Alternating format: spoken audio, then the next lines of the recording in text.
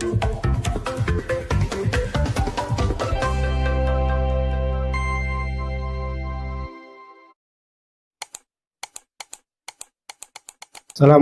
warahmatullahi wabarakatuh.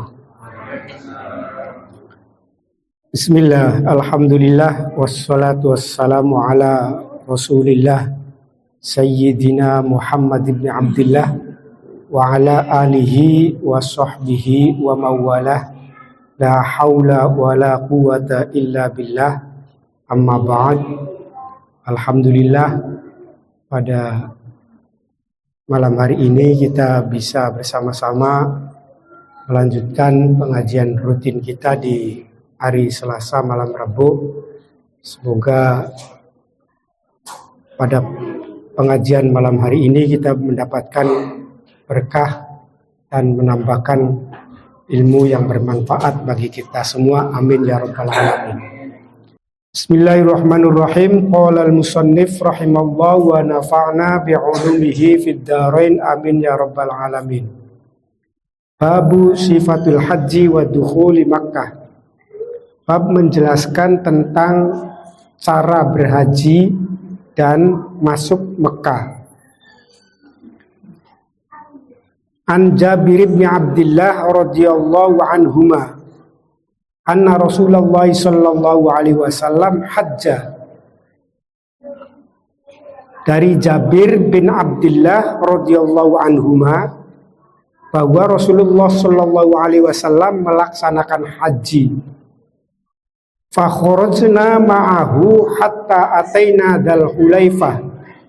Fa waladat Asma'u bintu Umaisin. Kami keluar berserta dengan Rasulullah. Ketika sampai ke tanah Dzul Hulaifah, melahirkanlah Asma bin Umais. Di Kanjeng Nabi haji bersamaan dengan Jabir bin Abdullah. Jabir bin Abdullah ikut bersama dengan Rasulullah melaksanakan haji. Pas nyampe di Dzul Hulaifah, itu Asma bin Umais melahirkan. Faqala ightasali wastaghfari bi thawbin wa ahrimi. Kemudian Kanjeng Nabi berkata kepada Asma bin Umais yang telah melahirkan. Apa yang disampaikan oleh Kanjeng Nabi? Ightasali wastaghfari, mandilah, wastaghfari bi thawbin, dan pakailah cawet dengan kain yang berasal dari kain. Artinya Kanjeng Nabi setelah melahirkan Asma bin Umais, lahir di Dzul Hulaifah, dia memerintahkan dia untuk mandi. Setelah mandi, dia menggunakan pakaian ihram, menyuruh untuk pakaian ihram. Menggunakan cawat dulu, menggunakan cawat itu untuk mengikat dari pengaruh kelahiran, melahirkan supaya perutnya nggak sakit. Jadi diikat. Wa ahrimi, dan berihramlah. Setelah itu dia diperintahkan untuk memakai pakaian ihram dan berihram. Wa shalla Rasulullah sallallahu alaihi wasallam fil masjid, dan Kanjeng Nabi sholat di dalam masjid. Dzul Hulaifah sebagaimana yang kita tahu kemarin itu merupakan daerah yang dijadikan sebagai tempat niat untuk melaksanakan haji. Jadi ada mikot, arane mikot. Nah, salah satu mikot itu namanya Dzul Hulaifah. Nah, disitulah orang mulai berniat untuk melaksanakan haji dan memakai pakaian haji, memakai pakaian ihram. Nah, di Dzul Hulaifah Kanjeng Nabi sholat di dalam masjid. Tsumma rokaba al-qaswa. Kemudian setelah Kanjeng Nabi sholat menggunakan pakaian ihram, Kanjeng Nabi naik onta yang bernama qaswa. Kanjeng Nabi naik qaswa. Qaswa itu nama untanya Kanjeng Nabi. Hatta idastawat bihi alal baida'a ahalla bitauhid. Nah, ketika Kanjeng Nabi sampai di Tanah Baida, Kanjeng Nabi melantunkan talbiyah dengan menggunakan kata-kata yang mengandung unsur tauhid. Apa itu talbiyahnya? Labbaik Allahumma labbaik, labbaik la syarika laka labbaik, innal hamda wan ni'mata laka wal mulku la syarika lak. Jadi Kanjeng Nabi naik onta, setelah nyampe di Baida, barulah Kanjeng Nabi melantunkan talbiyah. Talbiyahnya adalah labbaik Allahumma labbaik. Kanjeng Nabi langsung mengungkapkan kata labbaik Allahumma labbaik ketika nyampe di Baida. Hatta idza ataina al-baita istalma ar-rukna faromala falafan wa masya arba'an. Nah, ketika Kanjeng Nabi sampai hatta idza ataina al-bait, ketika Kanjeng Nabi sudah sampai di Ka'bah, Baitullah, istalama ar-rukna, Kanjeng Nabi mengecup Hajar Aswad. Faromala falafan wa masya arba'an. Kemudian setelah mencium Hajar Aswad, Kanjeng Nabi tawaf dengan 7 kali putaran. Romala falafan wa masya falafan. 3 kali berjalannya agak cepat, 4 kali jalannya nyantai. Di Kanjeng Nabi tawaf muter setelah nyucup Hajar Aswad, kemudian tawaf. Nah, tawafnya itu 7 kali itu 3 kali putaran jalannya agak cepat, 4 kali putaran jalannya nyantai. Alafan wa masya arba'an. Summa ata maqama Ibrahim. Setelah itu Kanjeng Nabi mendatangi, setelah tawaf 7 kali, Kanjeng Nabi mendatangi makom Ibrahim. Fasolla, disitulah Kanjeng Nabi melaksanakan sholat 2 rakaat di belakangnya makom Ibrahim. Waroja'a ila rukna fastalamahu. Kemudian Kanjeng Nabi setelah sholat, dia melanjutkan atau menuju lagi ke Hajar Aswad, kembali lagi ke Hajar Aswad. Lalu beliau mencium lagi Hajar Aswad. Jadi sebelum dia mau tawaf, Kanjeng Nabi mau tawaf, mencium Hajar Aswad, tawaf, kemudian sholat 2 rakaat di makom Ibrahim. Setelah selesai 7 putaran, baru kemudian dia tutup dengan mencium kembali Hajar Aswad. Tsumma kharaja minal babi ila sofa. Setelah itu Kanjeng Nabi keluar dari pintu Masjidil Haram menuju sofa, menuju Bukit Sofa. Setelah selesai tawaf, mencium Hajar Aswad, dibuka dengan Hajar Aswad, dibuka dengan mencium Hajar Aswad, ditutup dengan mencium Hajar Aswad, baru kemudian Kanjeng Nabi keluar Masjidil Haram menuju Sofa, Bukit Sofa. Falamma dana minas Sofa faro'a innas Sofa wal marwata min sya'airillah. Ketika Kanjeng Nabi mau sampai ke Bukit Sofa, Kanjeng Nabi mengucapkan innas Sofa wal marwata min sya'airillah. Sebentar lagi nyampe, Kanjeng Nabi mengucapkan itu. Abda'u bima bada Allahu bihi. Innas Sofa wal marwata min sya'airillah. Ini ada dalam Al-Quran. Sesungguhnya Sofa dan Marwah itu termasuk dari tanda-tanda kebesaran Allah.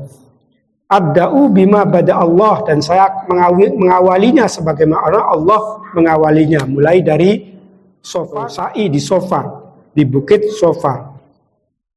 Faroqa as-Sofa hatta ro'a al-baita. Setelah itu, setelah mendekati, lalu kemudian Kanjeng Nabi mengungkapkan innas Sofa wal marwata min sya'airillah, itu tidak kembali lagi, tapi Kanjeng Nabi naik ke bukit Sofa. Jadi harus sampai ke bukitnya, ke atasnya, naik ke atas. Hatta ro'a al-baita, sampai Kanjeng Nabi melihat Ka'bah. Jadi sampai di atas, sampai kelihatan Ka'bahnya itu. Fastaqbala al-qiblata, setelah sampai di atas bukit Sofa, Kanjeng Nabi menghadap kiblat. Artinya diarahkan wajahnya ke Baitullah, di Ka'bah, diarahkan ke Ka'bah. Fawahadallahu wa kabbarahu. Kemudian setelah menghadapkan wajahnya ke Ka'bah, Kanjeng Nabi melakukan takbir tahmid atau mentauhid atau melakukan kalimat tauhid dan sekaligus melaksanakan kalimat takbir. Waqala, Kanjeng Nabi mengatakan, la ilaha illallah wahdahu la syarikalah, lahul mulku wa lahul hamdu wa huwa ala kulli syai'in qadir. La ilaha illallah wahdah anjaza wa'dah wa nasara 'abdah wa hazamal ahzaba wahdah. Nah, Kanjeng Nabi ketika sampai di Bukit Sofa ngadepaken wajahnya ke Baitullah dan berkata, la ilaha illallah wahdahu la syarikalah, lahul mulku wa lahul hamdu, sampai akhir. Itu yang dilakukan oleh Kanjeng Nabi. Tsumma da'a baina dzalik. Nah, di antara kalimat-kalimat yang diungkapkan tadi, Kanjeng Nabi menyela-nyelanya dengan doa. Qala mithlu hadza thalatha marrat. Kanjeng Nabi membaca la ilaha illallah wahdah la syarikalah, lahul mulku wa lahul hamdu wa huwa ala kulli syai'in qadir. La ilaha illallah wahdah anjaza wa'dah wa nasara 'abdah wa hazamal ahzaba wahdah. Itu dibaca 3 kali. Di antara bacaan 3 kali itu disela-selai dengan doa. Pertama sampai wa hazamal ahzaba wahdah selesai, terakhir Kanjeng Nabi doa. Setelah doa ulangi lagi la ilaha illallah, terus sampai peragat, setelahnya doa lagi. Itu dilakukan sebanyak 3 kali. Kanjeng Nabi melaksanakan itu di atas bukit Sofa menghadap Baitullah, menghadap kiblat. Tsumma nazala ilal Marwah. Setelah itu, setelah Kanjeng Nabi membaca kalimat tauhid dan membaca kalimat takbir serta diiringi dengan doa, Kanjeng Nabi turun dari Bukit Sofa ilal Marwah, menuju kepada Bukit Marwah. Hatta idzan sobbat qodamahu fi batnil wadi. Nah, ketika kakinya Kanjeng Nabi sudah menginjak di tengah-tengah jurang, jadi antara bukit, ketika Kanjeng Nabi sudah berada di jurang di antara Bukit Sofa dengan Bukit Marwah, saat Kanjeng Nabi melakukan sa'i atau berjalan cepat. Jadi begitu turun di jalan yang agak rata lah menuju kepada Marwah, Kanjeng Nabi jalannya cepat, namanya sa'i, jalannya dipercepat atau lari kecil. Hatta idza su'idata masya, sampai ketika Kanjeng Nabi naik ke Bukit Marwah, masya, Kanjeng Nabi mulai jalan. Jadi ketika turun dari Sofa, bukit rata, Kanjeng Nabi lari kecil. Begitu naik ke Marwah, Kanjeng Nabi jalannya santai. Itu, tidak lari-lari kecil, jalan biasa. Itu maksudnya. Hatta idza su'adata masya. Hatta idza ata al-marwata, sampai hatta ata al-marwata fa fa'ala 'alal marwah kama fa'ala 'alas Sofa. Sampai datang atau sampai nyampe di Bukit Marwah. Fa fa'ala 'alal warwah kama fa'ala 'alas Sofa. Nah, Kanjeng Nabi di Bukit Sofa itu melakukan hal yang sama sebagaimana Kanjeng Nabi melakukan di Bukit Marwah, itu sama seperti halnya Kanjeng Nabi melaksanakan di Bukit Sofa. Apa itu yang dilakukan oleh Kanjeng Nabi di Bukit Sofa? Kanjeng Nabi melaksanakan ketika di Bukit Sofa adalah menghadapkan dirinya ke kiblat dan membaca takbir la ilaha illallah, atau membaca kalimat tauhid dan membaca takbir la ilaha illallah, terus sampai disela-selai dengan doa. Begitu juga ketika di Bukit Marwah, Kanjeng Nabi menghadapkan tubuhnya atau wajahnya ke Baitullah, ke Ka'bah, membacakan kalimat la ilaha illallah 3 kali dengan disela-selai dengan doa. Itu yang dilakukan oleh Kanjeng Nabi.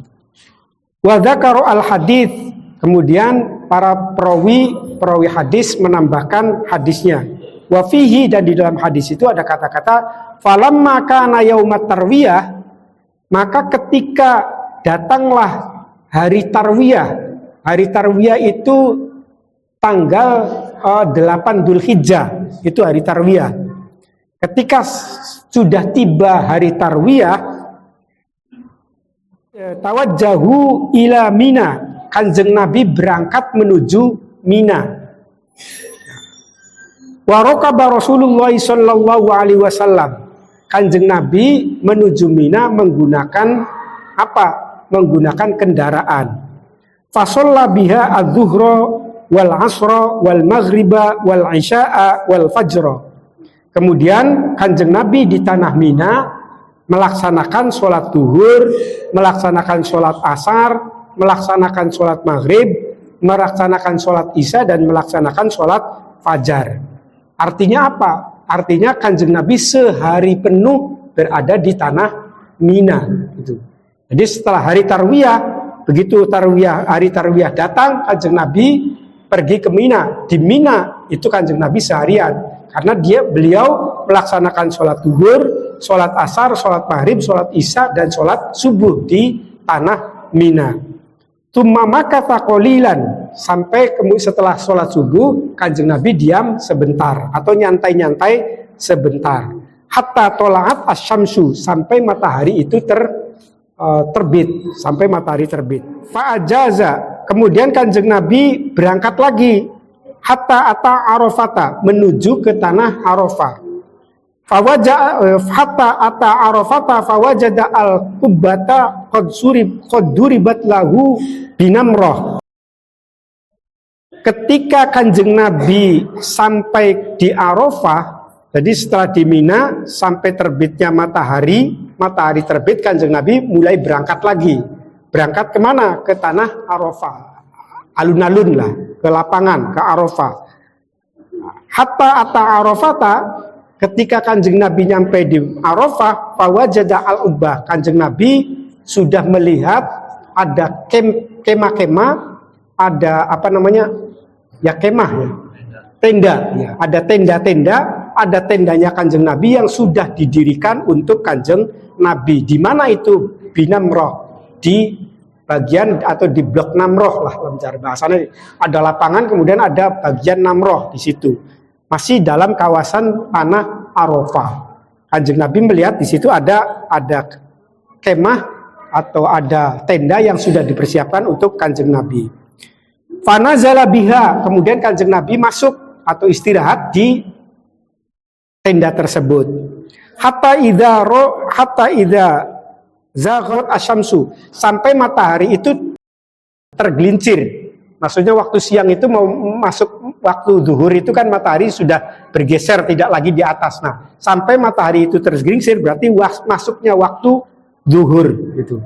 Amarob biqaswa'a, Kanjeng Nabi memerintahkan sahabatnya untuk mempersiapkan ontanya yang bernama Qaswa. Tolong, kata Kanjeng Nabi, matahari waktu sudah masuk zuhur. Kata Kanjeng Nabi kepada sahabatnya, tolong persiapkan qaswanya, persiapkan ontanya. Untuk apa? Mau bergerak lagi. Farohalat lahu. Kanjeng Nabi mulai bergerak lagi. Mulai berjalan lagi. Fa'atabat mil wadi, ketika sampai di tengah-tengah jurang atau di tengah-tengah jurang yang masih di dalam tanah Arafah itu. Fa khotaba an-nasu, Kanjeng Nabi melaksanakan khutbah. Jadi di tanah Arafah Kanjeng Nabi khutbah. An-nasa fa khotaba an-nas, Kanjeng Nabi khutbah di hadapan para sahabat. Tsumma adzana, kemudian memerintahkan untuk azan. Tsumma aqama, kemudian juga memerintahkan untuk melaksanakan qomat. Fa shalla adz-dzuhra, lalu setelah azan dan iqamat Kanjeng Nabi melaksanakan sholat zuhur. Tadi begitu zuhur Kanjeng Nabi bergerak menuju jurang. Setelah di jurang tersebut masyarakat sudah kumpul, Kanjeng Nabi khutbah. Nah, di dalam khutbah, setelah khutbah Kanjeng Nabi melaksanakan sholat zuhur bersama-sama di situ. Summa aqoma, kemudian Kanjeng Nabi memerintahkan qomat lagi setelah sholat zuhur, memerintahkan qomat lagi. fasolla al-asro, kanjeng Nabi melaksanakan sholat asar. Artinya apa? Adzannya 1, qomatnya 2, kanjeng Nabi melaksanakan jamak, dijamak antara sholat duhur dengan sholat asar. Di mana itu? Di tanah Arafah. Gitu. Walam yusolli bainahuma syai'an, kanjeng Nabi tidak melakukan sholat apapun di antara sholat duhur dengan sholat asar. Begitu sholat duhur selesai, kanjeng Nabi ngongkon maning nih, sahabat tulung komat maning. Nah komat kemudian melanjutkan sholat asar. Itu artinya apa? Artinya dijamak. Gitu. Adan dikit, tolong adan, begitu adan peragat, begitu ada adan peragat, ngongkon komat. Setelah komat kanjeng Nabi sholat duhur. Setelah sholat duhur selesai, assalamualaikum, ngongkon maning sahabat komat maning. Nah, setelah komat melaksanakan sholat asar. Itu dijamak antara sholat duhur dan sholat asarnya. Dan kanjeng Nabi diperjelas walam yusolli bainahuma syai'an, tidak melaksanakan sholat sama sekali. Tsumma rakaba hatta ata al-mauqifa. Kemudian kanjeng Nabi bergerak menuju ke tempat wukuf. Faja'ala batnana qatahu al-qaswa'a ila sokhrati. Nah, ketika sampai di tempat wukuf, kanjeng Nabi meletakkan perutnya ontanya kanjeng Nabi yang bernama qaswa ila sokhrat, disandarkan ke batu besar. Wa ja'ala khailal masyati, kemudian baina yadaihi wastaqbala al-qiblata, dan jalan lagi kanjeng Nabi setelah itu jalan lagi baina yadai wastaqbala al-qiblata, dan menghadap kiblat. Falam yazal waqifan. Setelah menyandarkan jalan sebentar, kemudian kanjeng Nabi berhenti lagi di tengah-tengah jurang tersebut, wastaqbala al-qiblat, menghadapkan kiblatnya sambil melaksanakan wukuf di situ. Hatta ghorobat asyamsu, sampai matahari itu terbenam. Wabat as-sufrota, dan mega kuning hilang. Hatta ghoba al-kursu, sampai bola matahari itu benar-benar tenggelam. Wadafa waqad syaqqa lil qaswa ar-romama, dan kanjeng Nabi kemudian melanjutkan perjalanannya dengan cara apa? Menarik kenceng tali ontanya. Tali ontanya ditarik, maksudnya apa? Supaya jalannya cepat. Jadi setelah Isya masuk waktu Isya, kanjeng Nabi mulai perjalanan setelah wukuf selesai maghrib Isya. Nah Isya awal itu kanjeng Nabi mulai berangkat lagi, jalan lagi. Jalannya kanjeng Nabi itu caranya dengan menarik talinya onta, sehingga ontanya jalannya cepat. Ar-romama hatta ra'saha liyasiba maurik, sampai kepalanya ontanya itu menyentuh terhadap maurik itu tempat penglihatannya onta gitu. Yaqulu biyadihi al-yumna, sambil isyarah dengan tangan kanannya, ya ayuhan nas as-sakinah as-sakinah, hai para sahabat, tenang. Jadi begitu kanjeng Nabi narik, ontanya berjalan cepat, seolah-olah ada sesuatu yang gawat gitu, yang gawat. Tapi kanjeng Nabi mengisyaratkan, udah tenang, santai.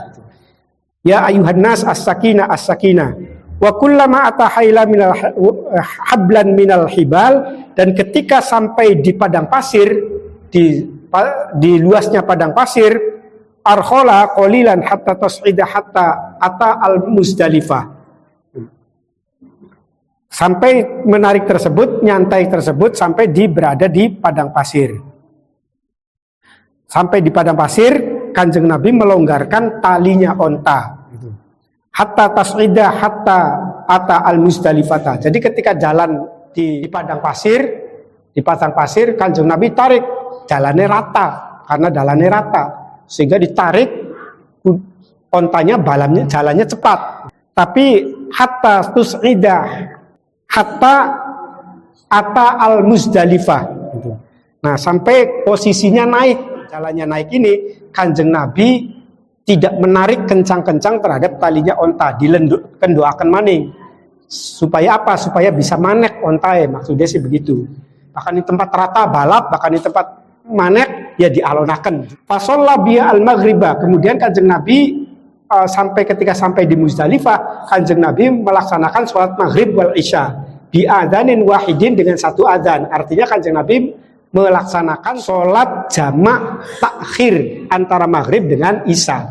Tadi begitu isya, kanjeng Nabi mangkat menuju Muzdalifah. Iki kan durung sholat ki kanjeng Nabi ki, durung sholat maghrib. Tapi begitu sampai matahari mulai garpan mancing, baru kemudian Kanjeng Nabi lunga. Nah, setelah lunga sampai di Muzdalifah, Kanjeng Nabi melaksanakan sholat Isya dan sholat Maghrib secara bersamaan. Ini Kanjeng Nabi di jamak takhir. Bi adzanin wahidin wa iqamataini, dan 2 iqamat. Walam yasbah, dan tidak melakukan sholat sunnah apapun bainahuma syai'an. Tsumma toja'a hatta tola al-fajru, dan di situ setelah sholat Isya dan sholat Maghrib, Kanjeng Nabi tidur sampai fajar mulai muncul. Fasholla al-fajro, kemudian Kanjeng Nabi sholat subuh di Muzdalifah. Hina tubayyinu lahu as-subhu bi adanin wa iqamatin, sampai dengan satu adzan dengan iqamah. Tsumma rokaba al-qaswa'a, kemudian Kanjeng Nabi naik onta lagi hatta ata al-misy'aril haram, menuju kepada Misy'aril Haram. Fastaqbala al-qiblah, sampai di Misy'aril Haram Kanjeng Nabi menghadap kiblat. Fada'a wa kabbara wa halalahu, dan Kanjeng Nabi di sini berdoa, bertakbir, dan membaca talbiyah. Falam yazal waqifan, dia terus melaksanakan wukuf hatta asfaro jiddan, sampai suasana menjadi terang betul. Fadafa'a qabla an tatli asyamsu, kemudian Kanjeng Nabi sebelum matahari itu terbit, benar-benar muncul, Kanjeng Nabi sudah bergerak, sudah berangkat lagi.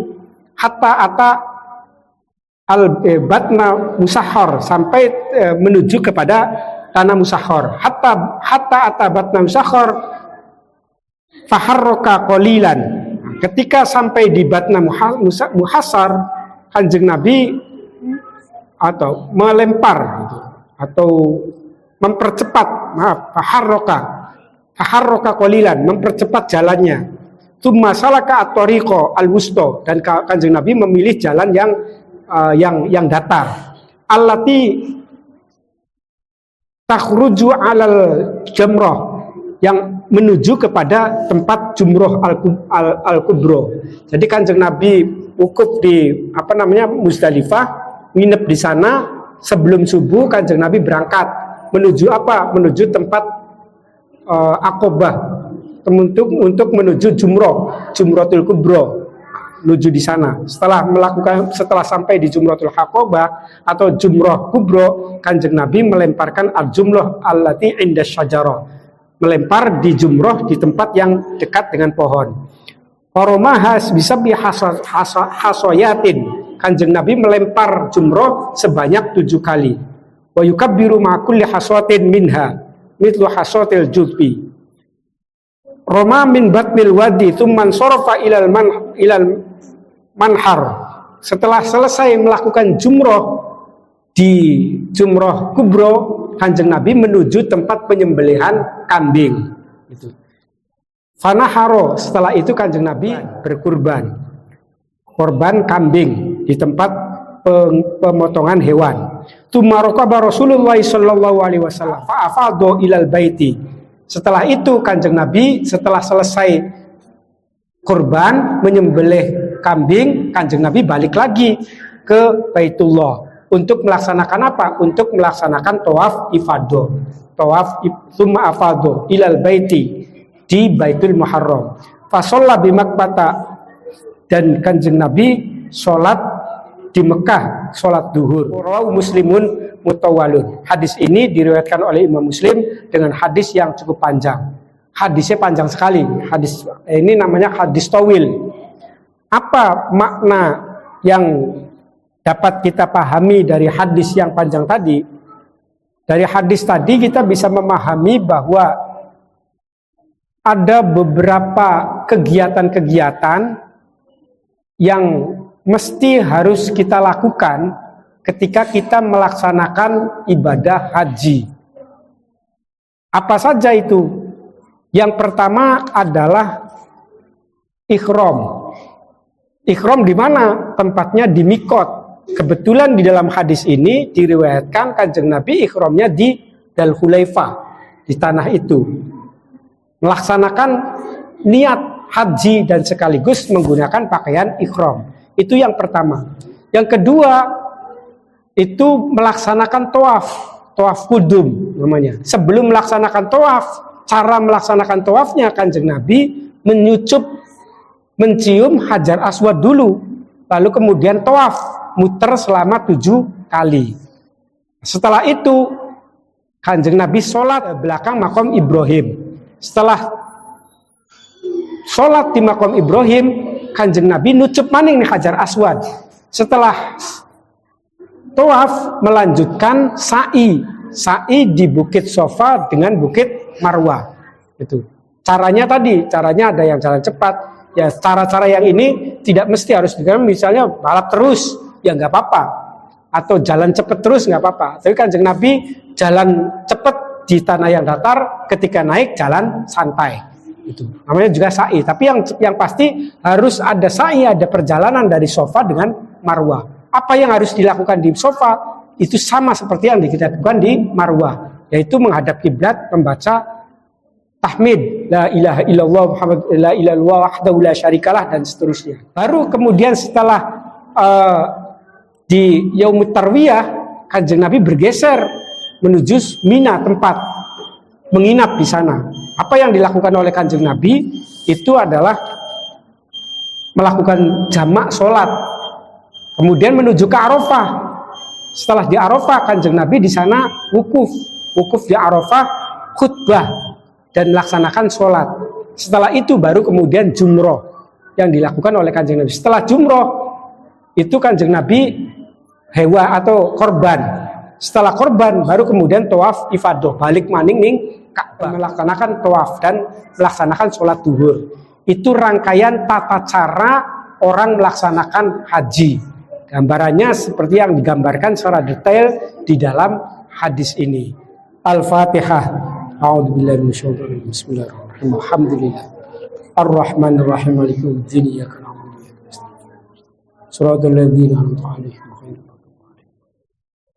Assalamualaikum warahmatullahi wabarakatuh.